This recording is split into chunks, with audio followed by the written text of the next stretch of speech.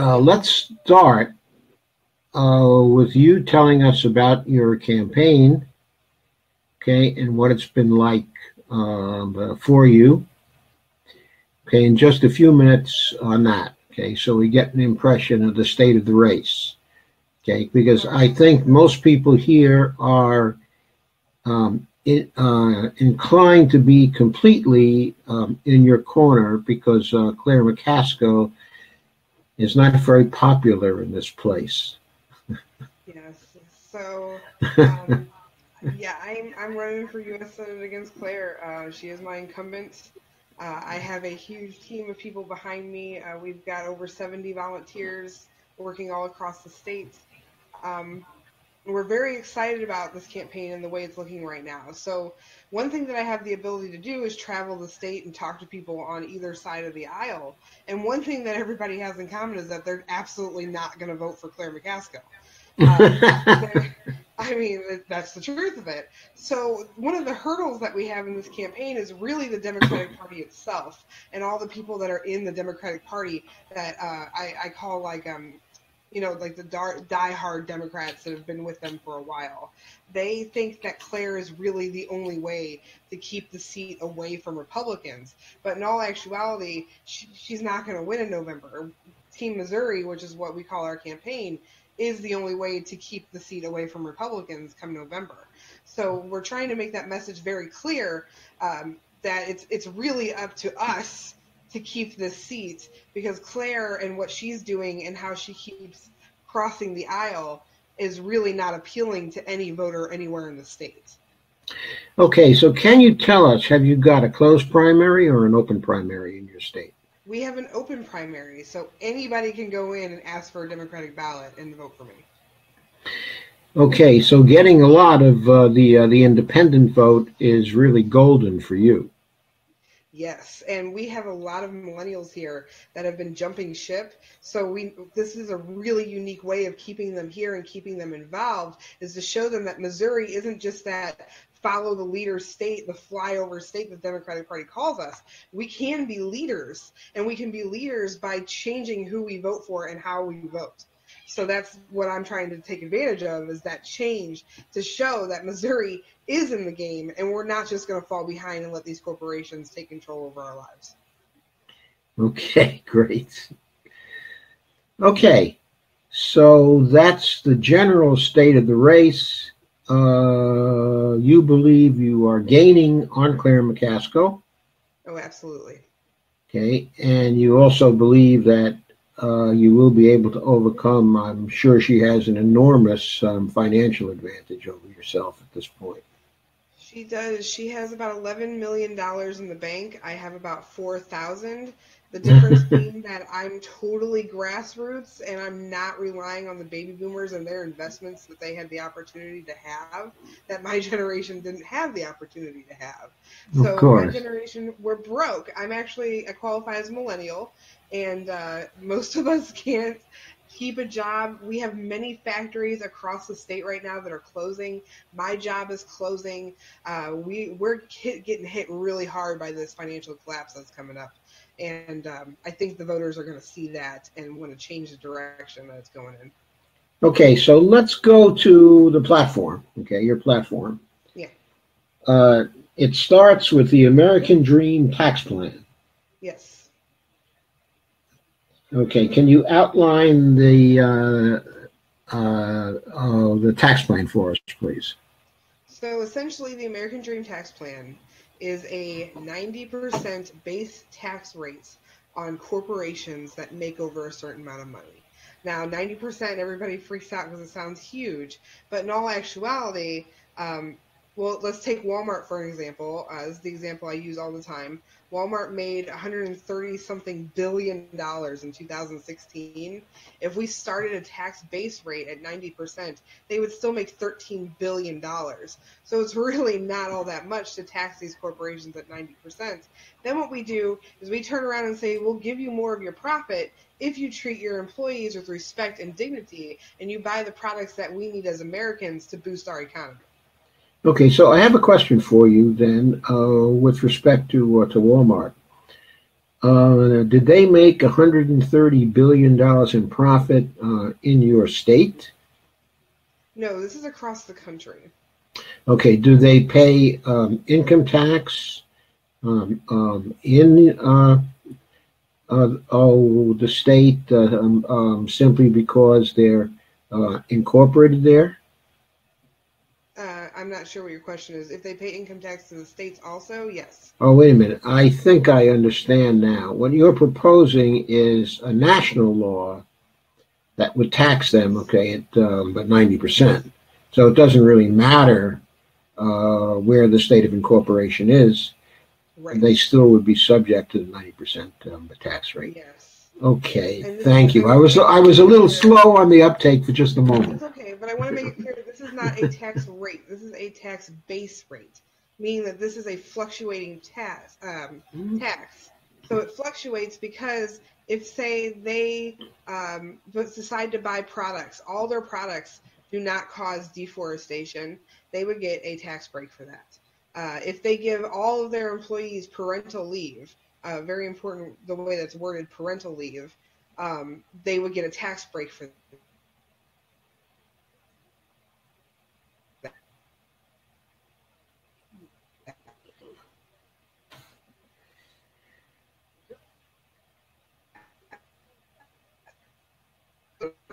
Okay, but I'd like to go on into more detail in order to make what's involved here extremely clear to people. The first item you mentioned was about the parental leave item. Okay, then on your list, but you have a second item, okay, which is having a union. Okay, there are many corporations that have unions, but in fact, they're fake unions. They're company-founded unions, and this is a famous kind of dodge, okay, that the companies have been using over the years. So I assume it would not just be enough to have a union. It would have to be a situation where they allowed a union to organize without essentially putting up any sort of opposition to the union. Essentially, what we're by putting the union strength back into it, and at the same time, we would. Okay, and so there's another item which would also result in a tax break: installing renewable energy. Okay, and by installing that, I think you mean that in the Walmart stores themselves. They would have to install it. Any corporation would have to install. Yeah. So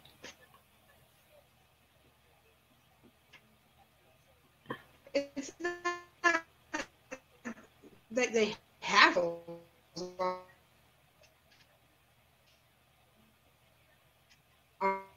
our society as a whole are ample for other corporations to follow suit, and they have the money to do that. So we want to make. Okay, so installing environmental protections, okay, is yet another item on your list. Okay, could you tell us what you mean by that?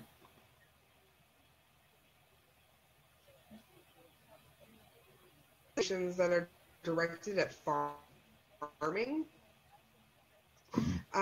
They're multi-million environmental protections. Instead of what we currently see is planted by these birds, and they're polluting the water supply in our and do the environmental. Okay. Okay. And then you have another item, which is actually manufacturing in the United States. So if Walmart wanted that particular tax break, it would have to leave China.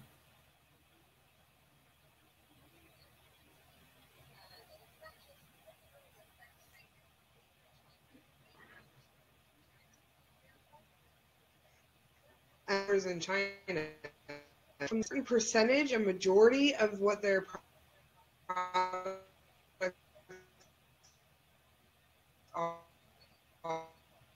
are. Okay, are you prepared to actually manufacture? I'm sorry, I missed what you said. Are you prepared then to require that the products that they sell here in their stores would have to be actually products that are made here?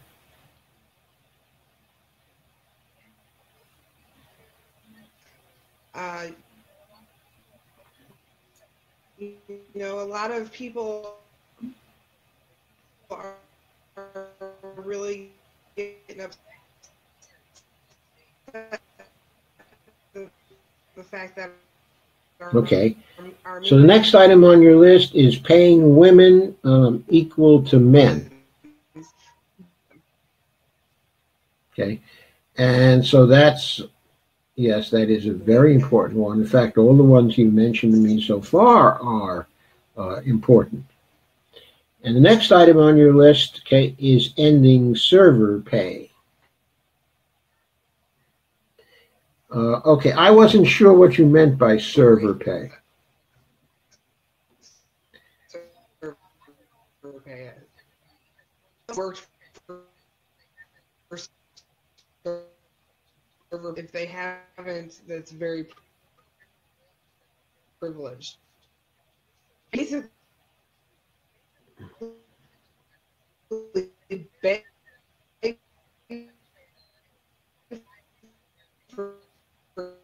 very, very.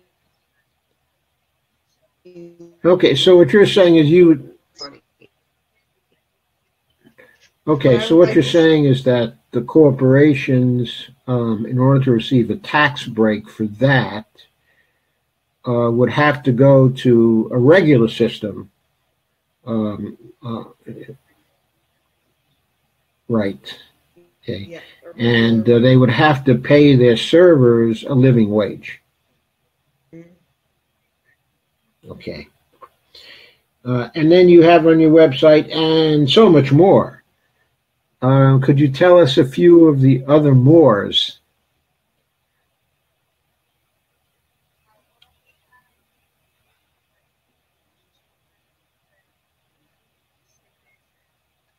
And different ethnicities.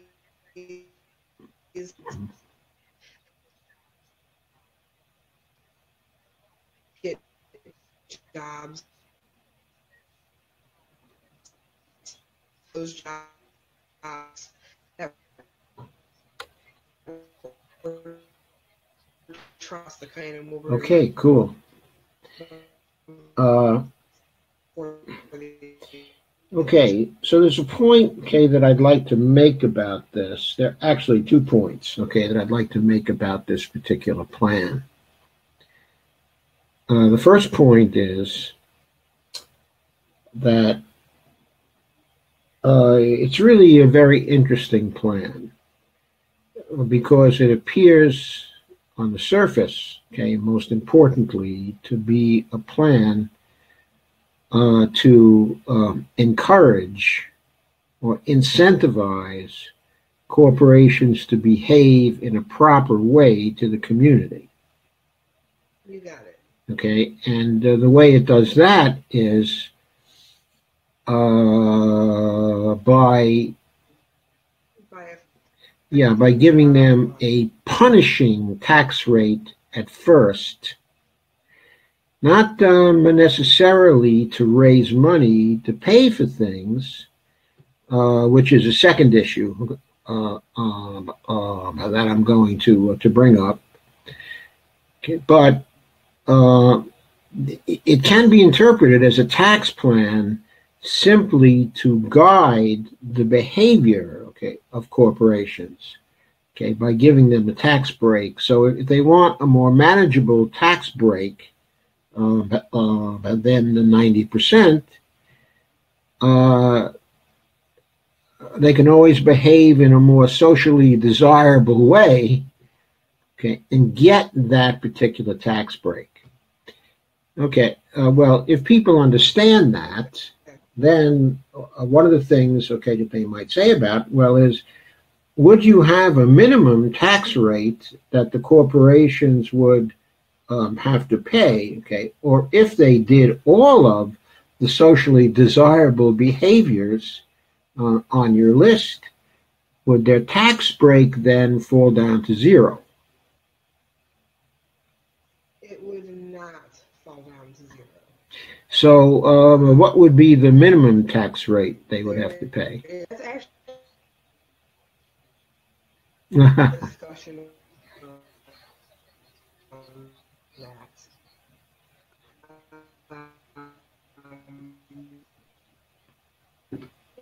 And it's kind of it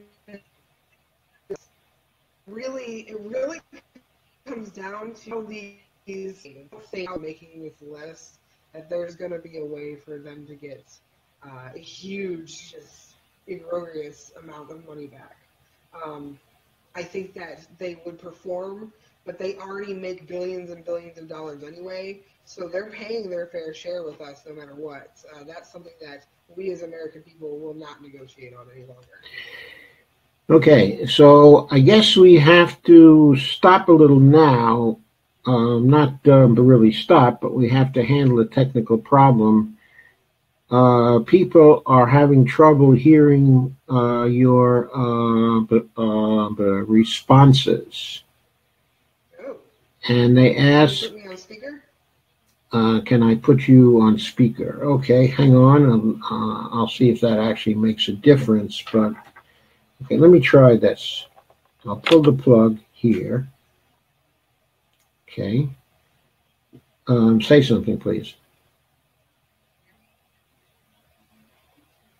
Okay, say something else. No, I think we still can hear you only on the phone. So now I'm going to try the speaker, okay? Hang on, please.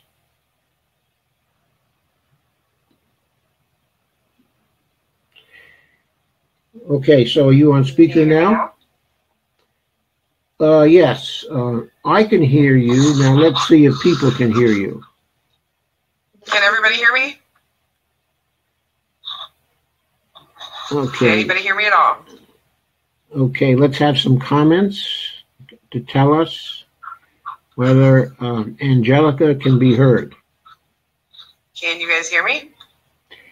I still don't have any comments to elucidate that, but let's see if we can get some. It may be a minute before they start to show up on the thread. Okay, can everybody hear both of us? Yes, yes, yes, we're getting yeses all the way. So let's do it then, perfect. Okay, in this way. Okay, so what I'm going to do to continue our conversation is to put up a graphic. Okay, and the graphic gives what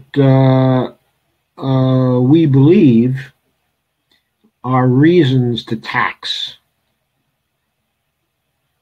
Okay, and I wanted to remind people, okay, of that, okay, because it's important to this particular discussion of your tax plan, I think. Okay. The first thing is taxes drive the value of the currency. So that's not the reason that you're taxing here. Then a second reason is taxes reduce demand to stabilize the purchasing power of the dollar. That's also not what you're doing here. Yep. And the third reason for taxing is to express public policy in the distribution of wealth and of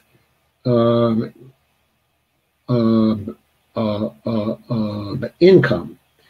And some of that is getting expressed here, okay, because in this way you're trying to increase the income of the workers and middle classes, and okay, and get the corporations to pay more and lower their profits. So this is about, in part, distribution of wealth and income. You got it. Okay, and the next reason is you're expressing public policy in subsidizing or penalizing industries. Okay, essentially what you're doing is you're starting out by imposing a sin tax, okay, or a tax on the undesirable behaviors of the corporation, and then you're gradually removing the sin taxes, okay, as corporations remove their sins. Okay, that's very, very interesting. Okay. It's a great way to think about it, yeah. Yeah, and so those are the two good reasons to tax, okay, that you have here. Okay, now, it's also true that I saw on your website, in reading some of the comments of your supporters, that they also very much like your tax plan. Yes. Because they want corporations to pay more to bring in funds that are needed to spend. Right. So the way we currently view our tax system is that this money needs to go back into society through our taxes. Now, that's one view of it. Now, we both know there's another view, which is MMT, and that other view will fall right in line with this tax plan as well. So either way, this tax plan works with no matter what your view is of taxes. Well, but it might not work in that way, but depending upon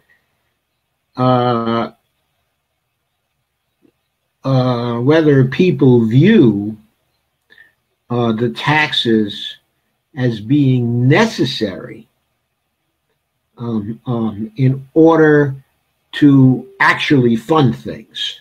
Okay, in other words, if, for example, okay, if you have a minimum tax of, let's say, 50%, and the taxes on corporations were to vary between, let's say, 50%, okay, and 90%, then the question arises, why have the 50%? And if the 50% is to bring in the funds that are necessary to pay for things, then there would be a disagreement on that score.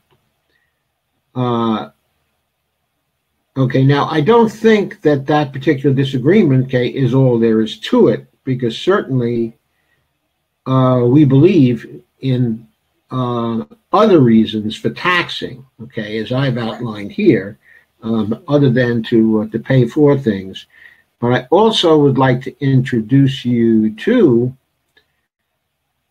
some answers to the question of how you're going to pay for it, which don't involve any taxes. And I think you're probably somewhat familiar with this already, because you're a member of the 116th Congressional Coalition, and you've probably seen some posts of mine, okay, and Johnny Axum's there, that try to address this question. So I'm going to post now, first of all, and make it go solo, questions and answers, okay, possible answers to the question of how you're going to pay for it. Okay, so your programs look expensive. How are you going to pay for them? That's something that can occur in any forum, okay, or, you know, any debate. The first answer, the briefest answer, but a true answer is, we're Congress. we're just going to order the Fed to give the Treasury the money. And that is a true answer to that question.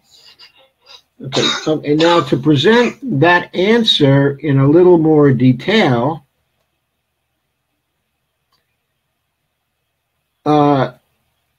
there's also this version of the same thing. Okay, and that says, gives the answer to the same question. Easy, when we pass a spending bill, we'll just order the Fed to immediately add new dollars to the Treasury spending account to pay for new spending and repaying debt as we go along until it is eventually gone. Okay, so that's the second answer to the same question. Yes. And then the third answer to that question is, at the end of every money bill, we'll, got to put up the third answer here. There we go.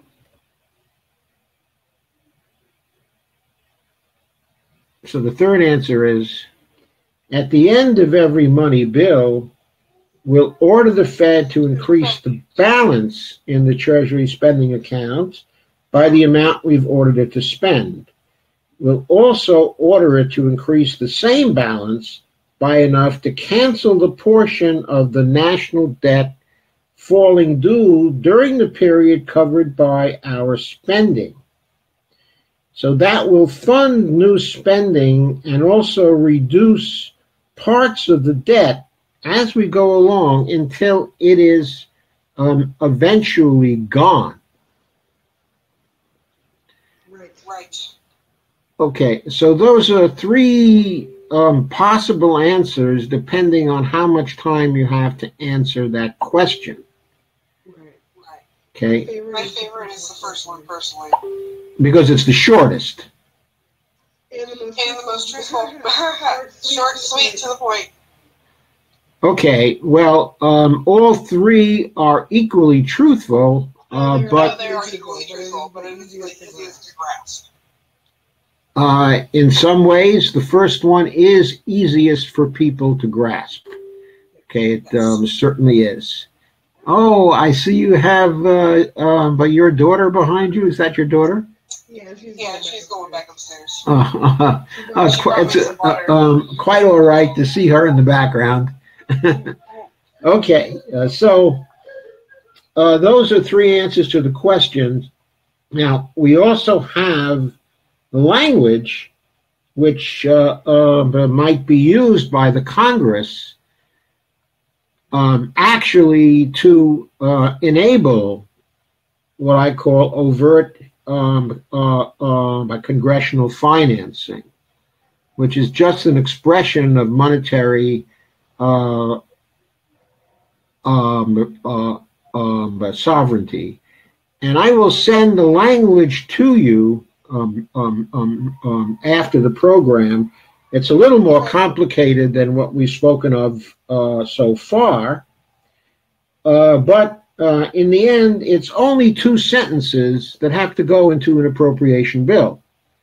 One sentence deals with funding the spending that is appropriated, and the other sentence is for dealing with the debt that comes due during the period, of time. So it's really a very simple scheme. The implications of that scheme would be that it would make it transparent to everyone that taxes do not actually fund spending. But right now, I think that statement is true, but I don't think it's really transparent. Okay. Yeah, I agree. Okay, and so it leaves the question of the national debt in place and opens the way for the politics of essentially terrorism over the debt, which is being practiced, okay, by many people in the D.C. area. Okay, and so it seems to me a valuable thing for any progressive would be to remove that particular political issue from the table. Okay, now I'm not suggesting this go into a platform. Okay, what I'm suggesting is that you have the capability to answer the how you're going to pay for it question in your campaign. And that's all I'm really suggesting, okay, at this point. Okay, and that you study this and come to your own understanding, okay, of whether this is a good way to go. But I do want to tell you that one thing which this implies is that the current pay-go system that exists in Congress now and that starts in the House would have to go, because this is inconsistent with the pay-go system. Okay, if Congress were to use this, it would start off with the funding and start off with the appropriations for spending, and only then would it turn to taxing. And in the ideal scheme, it would be quite reasonable, though I know some people are going to strongly disagree with this, but it seems to me it would be reasonable to implement the kind of tax plan that you speak of. I think it run into heavy opposition, okay, in Washington for all kinds of reasons, but what else is new? It might be you could make it a very, very popular tax plan. Well, this starts the conversation. Not only does it start the conversation, but it's the exact conversation we need to be having. And because the base rate right now is set at 90%, that starts the negotiation process as well. I agree, and I couldn't agree more. And it's very good to start a negotiation over taxation, which is framed in terms of trying to end the irresponsible behavior of our corporations to the society in which they live. Now, I would like to point out that healthcare was not included on that list because the candidates like me get in all across the country. We don't need healthcare to be the responsibility of our employers. It never should have been the responsibility of our employers, and it shouldn't be. We need single payer. Okay, and so in order to discuss that, I did want to return to your platform. Okay. Okay, and begin to discuss the rest of your platform. All right. But I didn't want to spend a lot of time on the tax plan because that's a central feature and a very striking feature. I don't know anyone else who... This is kind of my concept. It really has been done before, though. Not quite like this, so it's a twist on an old tax plan that we had in the past. Kind of brought up to date. Okay, very good. Can everybody still hear? Okay, I think everybody can. So, Perfect. Okay, let's go to criminal justice. Sure. Okay, what's your platform there? So, of course, we want to end private prisons. Now, in Missouri, we don't have private prisons, but the practice across the country is just really negative. Because I'm running up for a federal position, I want to have a stance on that. Not only that, but those practices bleed into the publicly funded prisons and jails. So we want to kind of end that problem. We see that here in Missouri a lot with how much of our population is inappropriately divided and put in prisons and jails here. The other thing is, I kind of want to start from the bottom. So I'm offering this idea of compassion training. It's being done, it's being utilized in different towns and cities across the country, and it's shown to be successful. So we want to implement this at the top level. Again, we're going to affect their bottom line of income, and say if you offer compassion training once a month, once every 2 months, and make sure your officers stay on top of knowing how to deal with people who are in their community, who have mental illness, who are children. You've been trained on how to deal with this. It's ongoing training, so you continuously know how to deal with this. And then if an officer still murders somebody, we'll be able to say, you know, where did the compassion training fail, or is it this person? And it will incentivize the cities and the states to start taking action on these brutal police officers because you have compassion training. Why did it not work? So we're going to start at the ground level. We'll start weeding out the police officers who are brutalizing their communities. Okay, so we're still having a few sound problems. Okay, one of our people is suggesting that either you or I has the volume set too high. So I'm going to turn down my volume, okay, a little bit and see what people say. Mark Fabian is saying that, okay, it's your the audio which is producing the echo. And does everybody agree with that? I have you here only. Okay, can you hear me okay at this level? I can hear you fine.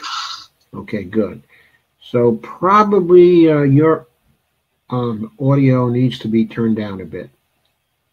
I have my audio muted, and I only have you coming through my phone. Yeah, that's what I meant. Okay, so the audio on your phone might be turned down a bit, and then we'll see what people say.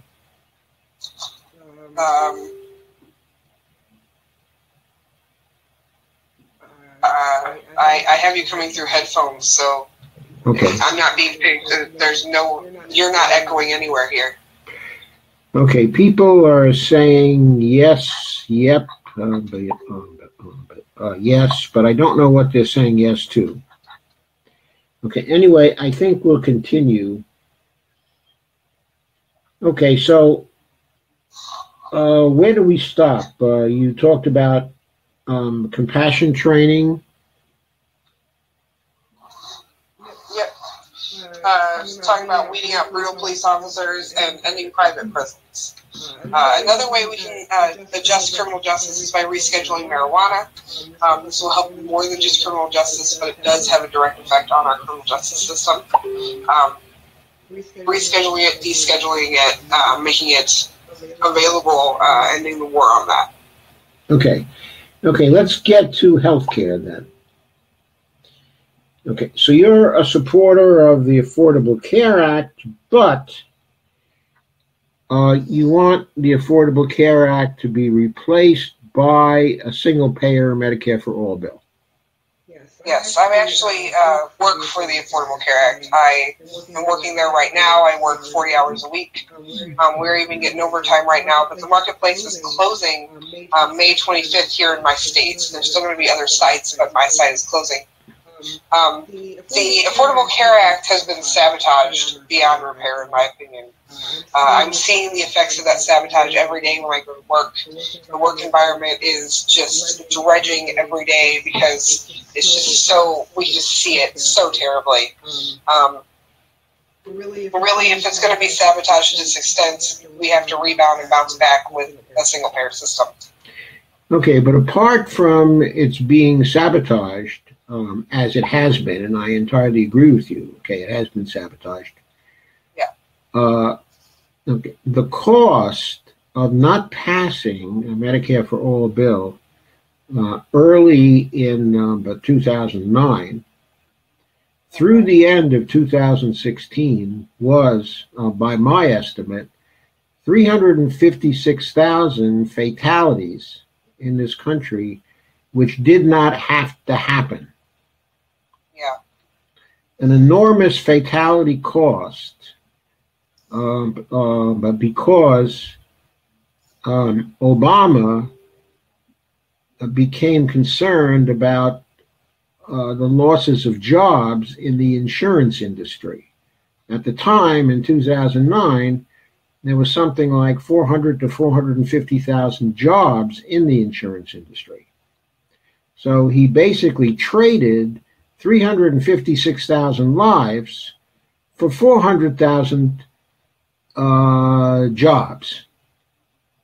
And that's even assuming that those jobs would have been lost. There were estimates at the time that showed, econometric estimates, that essentially projected that there would have been a net gain of 2.5 million jobs had a Medicare for All bill passed, specifically H.R. 76, with the version that was current, in 2009, that would have resulted in a net gain of but 2.5 million jobs. That's net after the loss of 400,000 in the insurance industry. So it was a terrible policy error from the standpoint of the cost. Of course, all kinds of people will tell you that it wasn't a policy error, that the ACA was actually planned for, but because there was a desire to protect the insurance industry virtually at all costs. It was a case of stopping the pitchforks. And there's a good case, I think, to be made for that. Yeah, I kind of agree with that. I will tell you that I've spoken to hundreds of people all across the country, and the Affordable Care Act really did save lives. I can't even tell you how many times I got somebody on the phone that says, I thought it was a joke. The Affordable Care Act was just going to make me waste money. And then 2 months after I was forced to sign up through the marketplace, my wife got cancer and it saved her life. Yes, and I'm not trying to dispute that particular point. What I'm speaking to is the opportunity cost of choosing to pass the Affordable Care Act in 2010 versus passing a Medicare for All bill in, say, March of 2009. Sure, it was the case, that Obama probably ended up saving 240,000 lives versus a baseline of doing nothing, but versus a baseline of passing a single-payer bill, in 2009, he cost 356,000 lives, and those lives need to be on his head. It seems to me it's only fair, that that be the case in terms of historical analysis, of what happened. But apart from that, it's not simply the history of it; it's the lesson learned. There are people now who are advocating that a Medicare for All bill be phased in over 3 years' time, so that it's not effective until the fourth year, in order to help to make the transition to Medicare for All a more comfortable one for the insurance companies that are going to be phased out. And the same excuse, is given. We have to protect the jobs. And I think that everybody ought to know that the cost of protecting those jobs is going to be the loss of life, that it's perfectly predictable that this is going to happen. And with the Affordable Care Act now falling apart, it's even more likely that lives will be lost at a greater rate by phasing it in over 4 years. Right, that's very disturbing. That's very disturbing. And that kind of bill has been advocated by no less than Bernie Sanders. So that's very disturbing. Whereas in the case of John Conyers' bill, or formerly John Conyers' bill, okay, it's Keith Ellison's bill now, there would be no delay in the implementation. It would be completed by the end of the first year. Right. So the deaths due to lack of insurance would end at that time. Now, the right. butcher's bill would why stop. The bills would look different. Right now, our government is still so overtaken by corporate money that they still have such a huge say that we would want to negotiate with them, like with Bernie's bill. But once people like me get elected in across the board, we won't have to make that negotiation. We can just implement it. Yes, I agree. If we're lucky enough to have people like you get in there. Yeah, I don't think it's a matter of luck. I think it's a matter of information. Well, I think it's a matter, okay, of information, but that information also has to get through the screens. Okay, it also has to get through the conduct, okay, and the manipulations of the media companies. Right, which is where everybody who's watching this comes into play. Don't stop talking about what we're doing. Yes, don't stop talking about it, because that's the only defense against what the media companies are going to do. That's all we've got is us. Right, all we've got is us, right. So, let's cut to renewable energy now. My renewable energy platform is very, very empowering. Missouri doesn't really offer any renewable energy. We have a few plants here and there, but nothing really strong.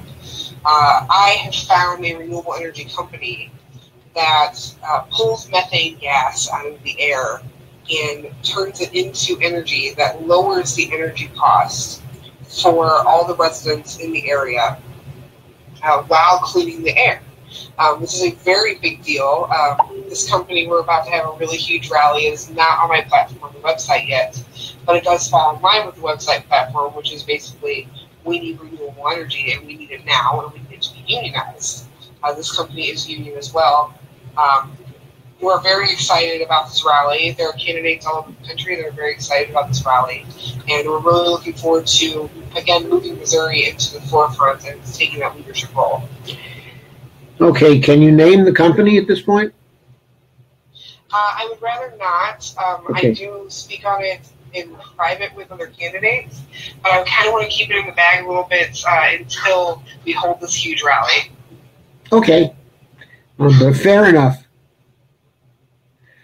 Okay, so let's get to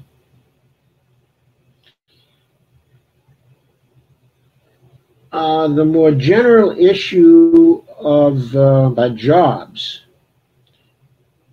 In your platform, in fact, I think under the renewable energy segment, you talk about green jobs. Okay, and your area, of course, is one in which, but your state, I should say, okay, is one in which, since the future will not be coal, and it will not be lead, it will also be the case that there will be loss of jobs in that area. And of course, it's also true that in the agricultural areas, the economy is terribly run down, and the underemployment rate, okay, is extremely high in those areas, and the local economies are run down in a terrible way. Yes. So something has to be done about that. So what I want to, Okay, yes, they are. Okay, so what I want to ask you specifically is there's an idea which is becoming very popular in the country now. A recent poll shows it with an approval rating of 70%, higher than the support for a Medicare for All program. And that is the idea that the federal government offer a job guarantee in the sense of providing a job offer, doing community work for the public purpose, and funding the resulting jobs, which would be defined by local communities and by local stakeholders, including the participants themselves. Why isn't a job guarantee program of that sort on your platform? Well, it is. It's just not on the website. So I actually signed our Promise to America, which guarantees, I promise that I'm going to fight for the federal jobs guarantee. I just don't have it on the website. The website, I'm trying to keep it to very strict points to make my message very clear. So this is something that you will find on the social media sites more so. Okay, but won't the job guarantee, as another clear point in your platform, further differentiate you from somebody like Claire McCaskill as a much more progressive candidate?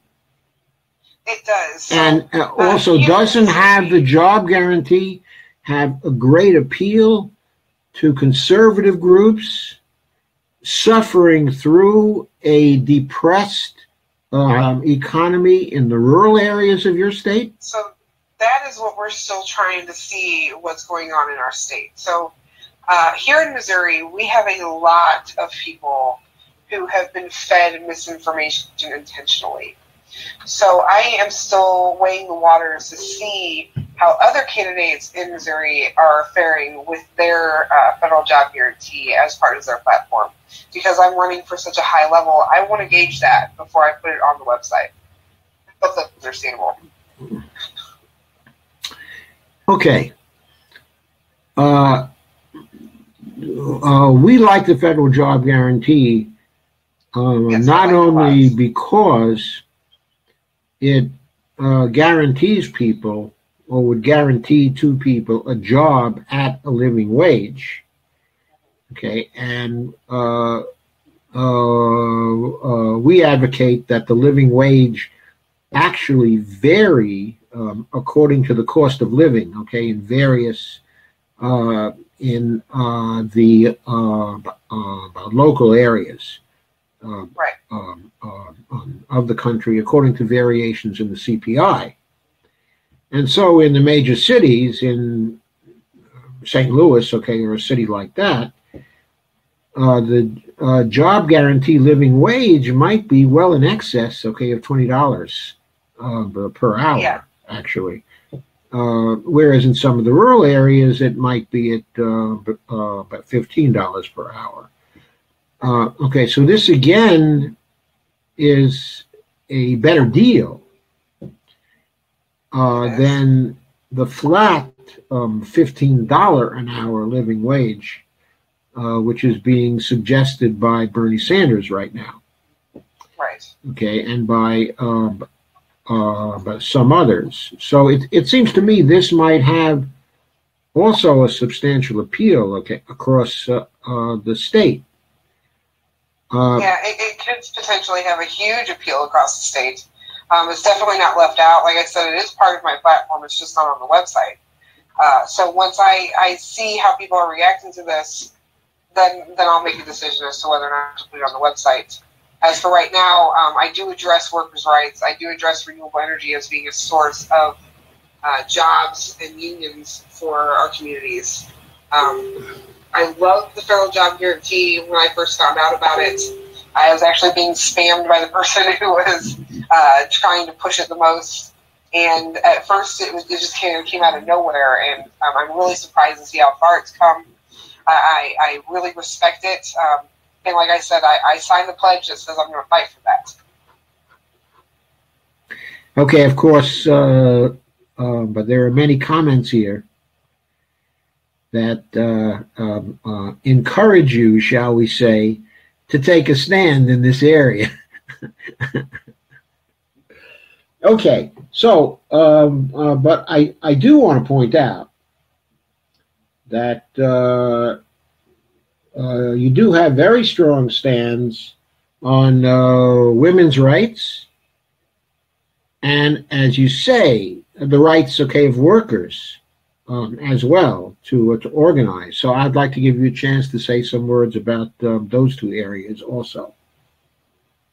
So I have been a victim of being paid less than a male counterpart in the exact same position.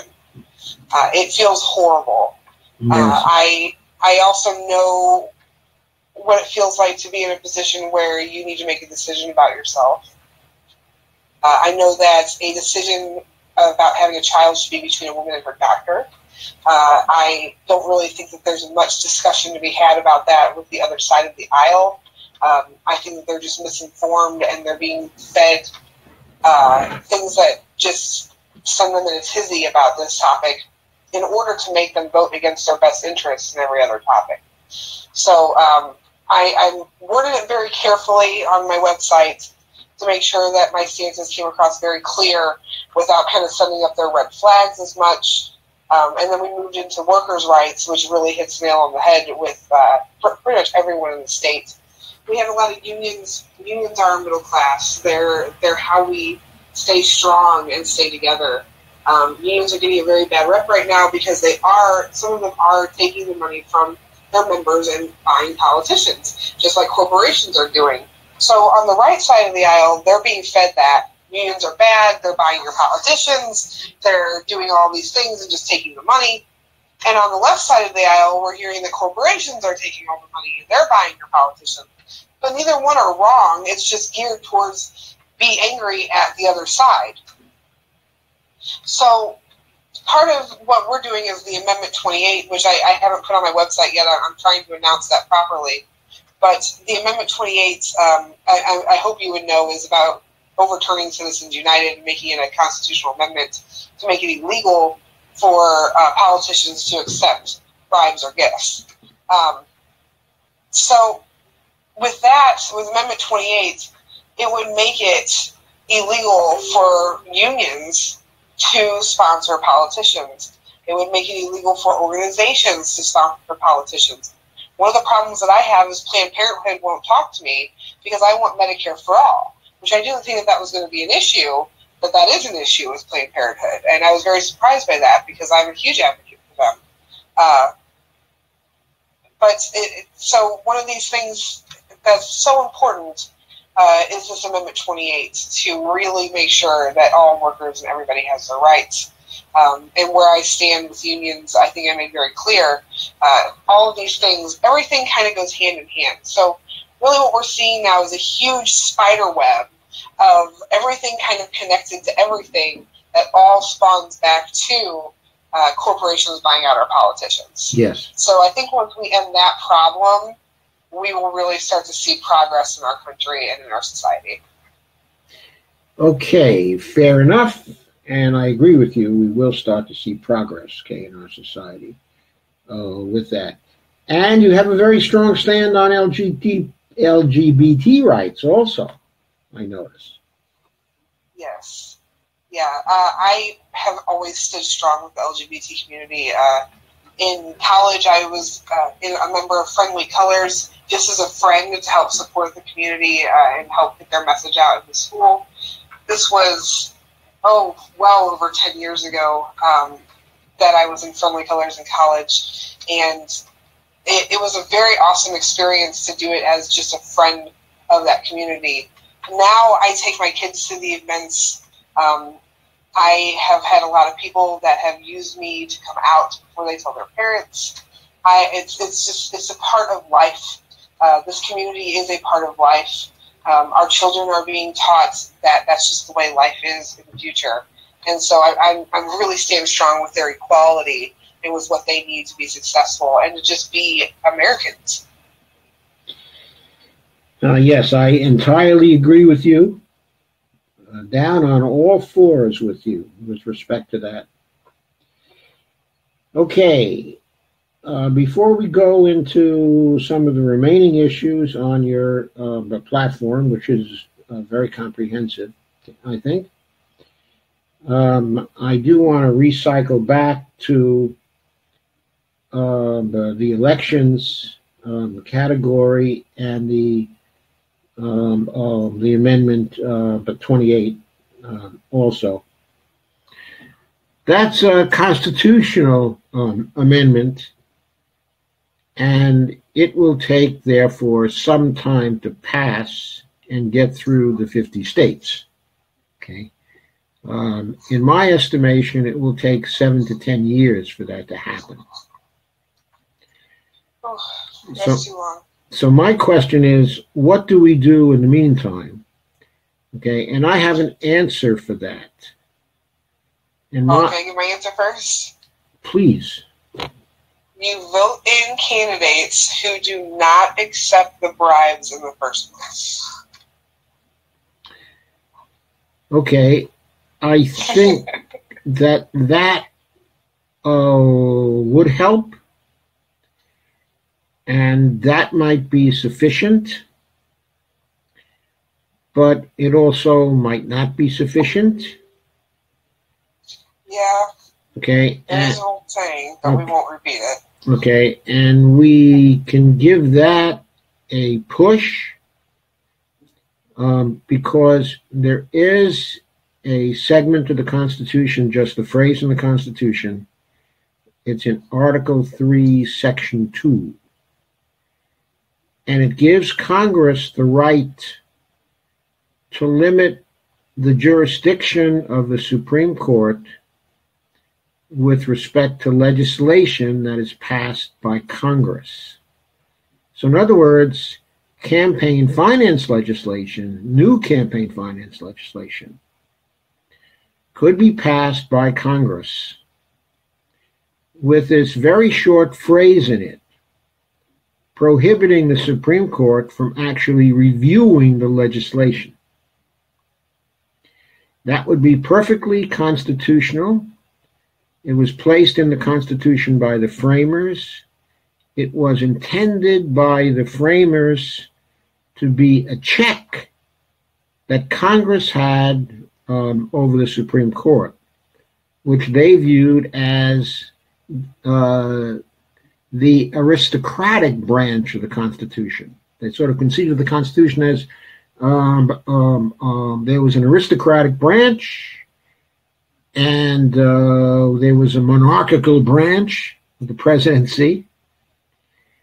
Okay, and there was not a branch of the people, but a house of the people, which was the House, of Representatives. And then there was another aristocratic element, which was represented in the Senate, according to their thinking, because the senators, of course, were originally appointed by state legislatures and were not directly elected by the people as they are now. So that's the way they saw it. And they intended for the Democratic House, for the representatives of the people, to have a check on the Supreme Court. Now, that check has never been used. And the objection to using it, of course, at this point is, well, it would sort of disturb our present system because there's an unwritten constitution that says somehow that the word of the Supreme Court should be uncontested in the rest of the government. Okay, well, of course, that's an argument, but the counter-argument, to that is that's something which has arisen by custom over a very long period of time. The original clause by the framers was put in there so Congress would be able to control a Supreme Court that was running amok, which I submit to you is exactly the description of the Supreme Court of the United States since the year 2000. It's a court that has run amok. Okay? I agree with that. And this clause is there for that particular purpose. Mm-hmm. So what I'd like to see is for people to actually incorporate this when they're talking about new campaign finance laws getting passed in order to supplement the amendment, recognizing that it will probably take from 7 to 10 years for the amendment to go through. But I will tell you, when you attend one of their meetings, which I encourage everyone to attend one of their meetings if they come to your area or close to you, because they really want to get it done in 18 months. Never happen. It will never happen. We shall not smash the goal, though. Right. I agree. And I'm not for smashing the goal, and I'd love to see it happen, okay, in 18 months. You don't know me too. how much I would love to see it happen. But at the same time, just looking at the history of past amendments to the Constitution and how difficult they've been to pass, has there ever been an amendment that passed in 18 months? I don't think so. But it's nice to think that it can, well, again, if we voted in the right people, we could make drastic change very, very quickly. Right, but if we voted in the right people, okay, then, of course, at the same time as we were passing the amendment in Congress, we could also exempt new campaign finance legislation from the review of the Supreme Court. Okay, and then, just in case we couldn't get the amendment through, okay, in 18 months, we'd still have our rear ends covered.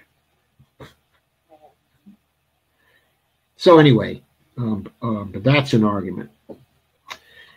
All right, so to get back to your platform, I didn't want to leave without finishing the rest of your platform. Sure. You have a segment on the opioids yes. Epidemic. So yes. if you tell us about that, I'd appreciate it. So Missouri is deeply affected by opiates.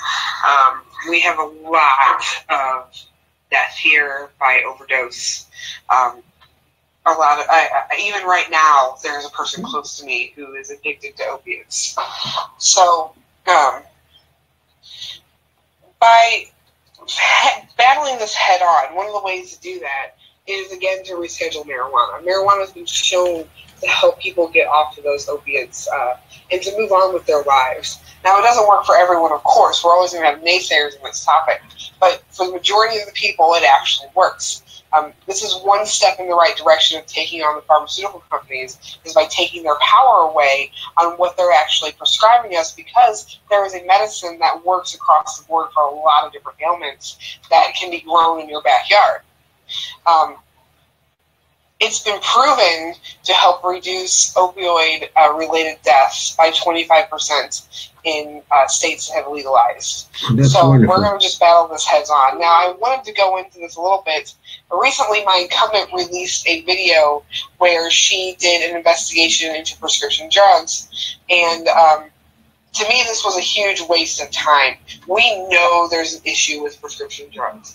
We know what the problem is. We all experience it. Our family members experience it. Our family members are having to choose between food and drugs.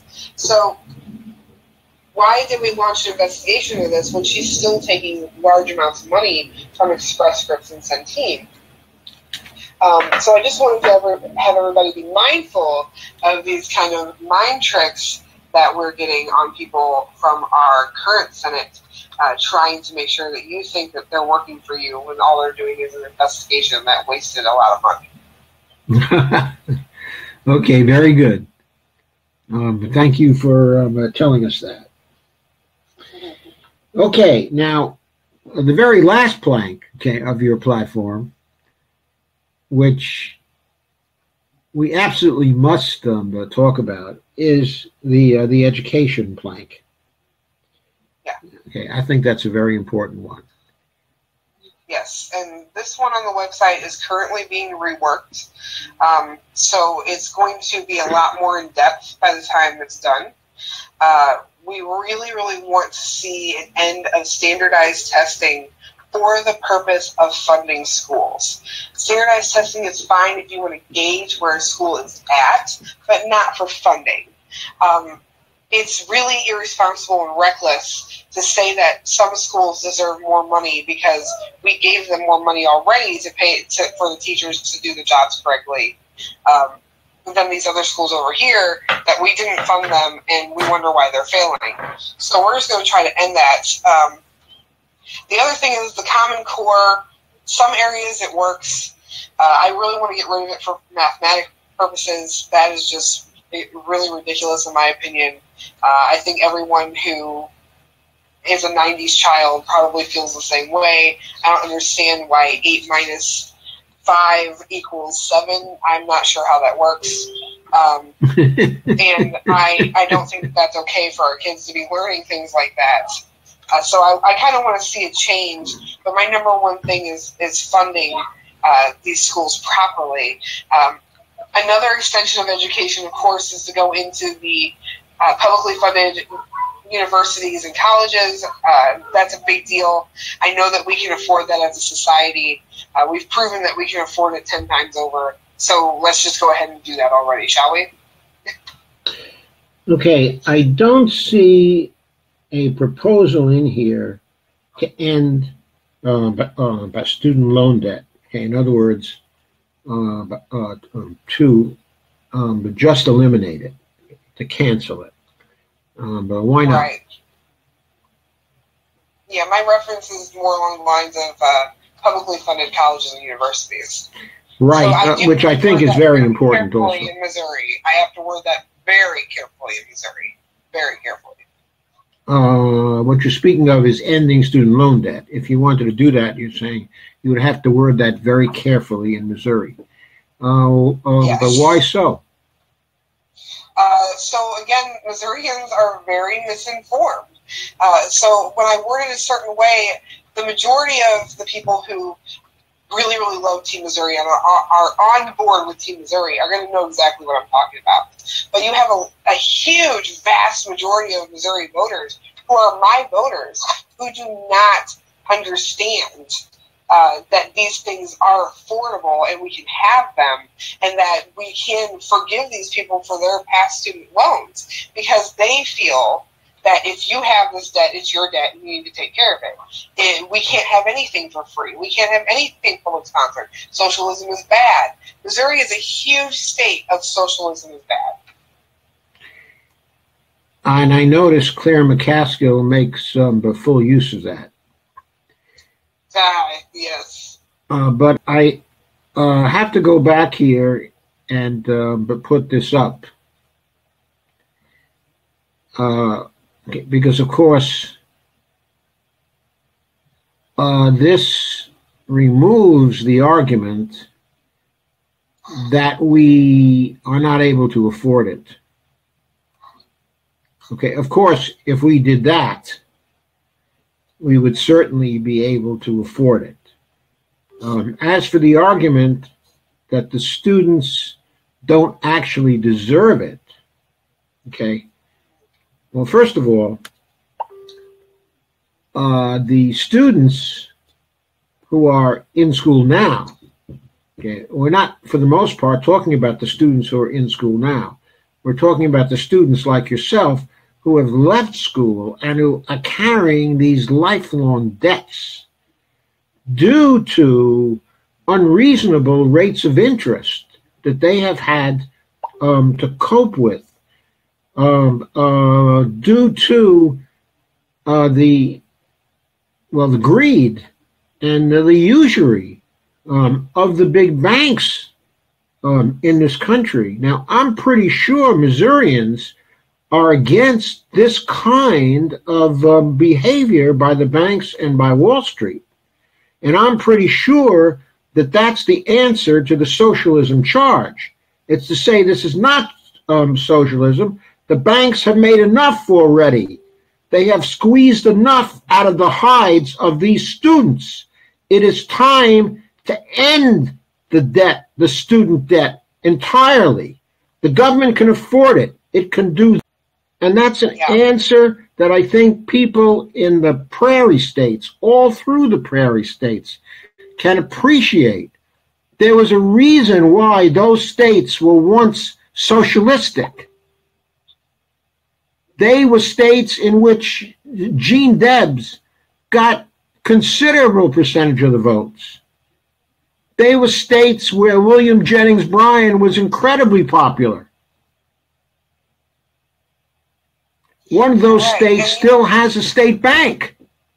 One of the things that I always say is that the truth is the truth, and the platform stands firm. As long as the platform speaks the truth, it will stand firm, and it has been so far. And Team Missouri is actually very, very strong across the entire state because we speak the truth and the platform stands firm. I really like your ideas. I think that it's great, excellent talking points for when I go to these areas and I need to speak to them in person and I can tell them these things. A lot of it is over their head, and I'm not going to deny that. The thought that you can just print the money and give it to them is a concept that is very far away from a lot of my constituents' minds. Right, but the answer to that, of course, is that, in fact, every dollar that is spent by the federal government is actually newly created by the Federal Reserve now. I mean, the process would be no different. Okay, in fact, there would still be taxes because taxes are needed to drain money out of the economy to control inflation. But it's just a recognition of the reality that the taxes do not actually fund spending. It is this creation of the reserves that actually funds the spending. Right. And that would be no different. That would be no different if we eliminated the student debt and gave the money to the Treasury to pay off the banks, basically. So. Yeah. And speaking of the banks, we are headed for another economic collapse. And I've been hearing that we're looking at possibly October of this year that a bunch of these new laws go into effect that is pretty much just going to pop almost immediately and our economy is going to crash. If that does occur in October, I'm not quite sure what's going to happen in November if Team Missouri here does not get the primary vote. I know Claire McCaskill is not going to stand a chance. She's not going to have a prayer to win that seat. So please, I encourage everyone who's watching, Team Missouri needs you to keep spreading the word that we are here and we're going to take the seat back and we're going to do it for the people, for everything that we've discussed today.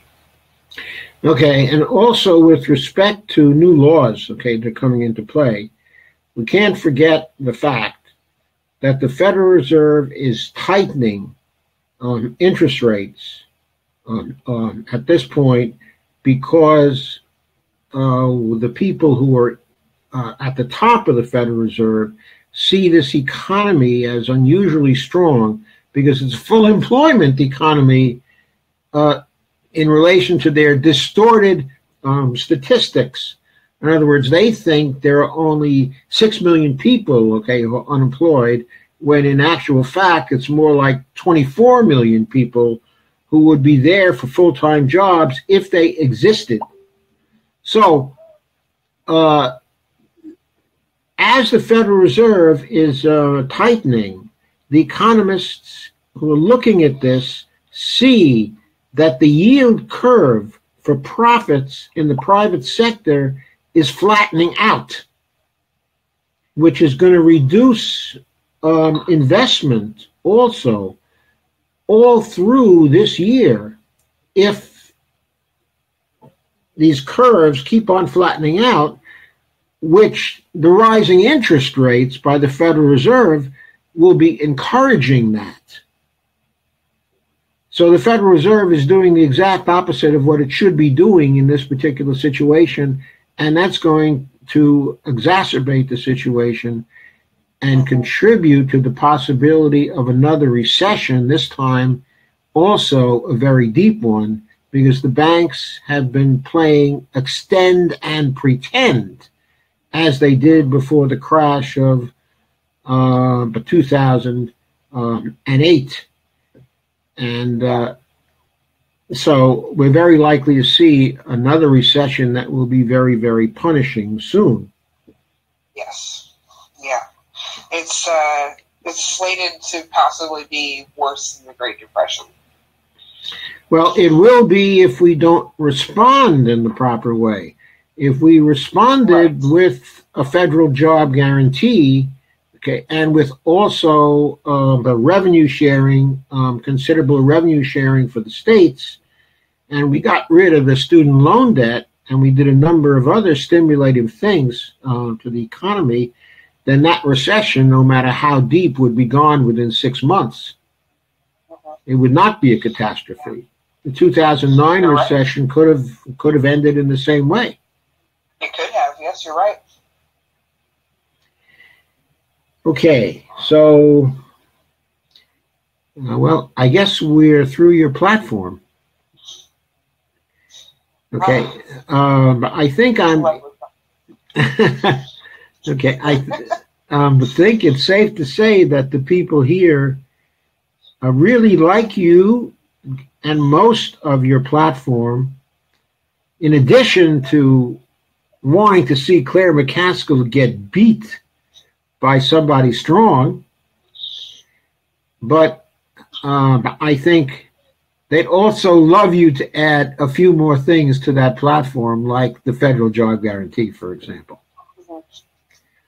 Okay, especially that. But you have a number of very intriguing and very good ideas, and you're obviously a pretty deep thinker. Compared to what we normally have in the Congress, and if I had a vote in this election, then I think that I would vote for you. Oh, well, thank you very much. I appreciate that. We have a very real chance at taking this seat away from her. The popularity that I've gained, though it does not reflect in the donations, is just astronomical. The positivity that comes my way is insane. It just keeps me going. There's things that have occurred and things that have happened that, again, it doesn't reflect in the donations, but within the constituent base, it almost seems like this is in the bag. So I want to make it clear that everyone can start saying that Team Missouri is going to win this election, whether they like it or not. We're coming. We're a train that's plowing through, and we're going to make sure that we the people have say in our federal government again. Yeah, you're coming for them, aren't you? No, we're coming for sure. They act like this is a game. When Claire decided to deregulate the banks and deregulate Wall Street, and she did that directly to inflate her own wallet, she did something that benefited Berkshire Hathaway, and when she already owns $1 million in stock, she's been known to do things before to inflate her own wallet when she decided to help the nursing homes that her husband has by deregulating them. And it's just time and time again, these politicians are inflating their own pockets and hurting the American people. And I'm one of those American people, and I am sick and tired of struggling day to day, trying to make sure that things are going to meet at the end of the day. And I was lucky enough to land a job that taught me so many things about immigration, about the income gaps, income inequality, people's health. I've learned so much about government at this position that I want to take that knowledge and I want to take the seat and I want to fix it. I want to fix everything before it gets to the point that it's not fixable anymore. Well, I certainly hope that you get the chance. Thank you. I really think that I might actually be able to. Okay, so thank you for coming and for being patient but with my questions. Yes, and I'm sorry my microphone didn't work properly. I honestly have no clue as to why that happened. Well, we worked it out with the phones. Yes. Yes, we did. Okay. And this thing behind me is Iris. She's hi, Iris. They said hi.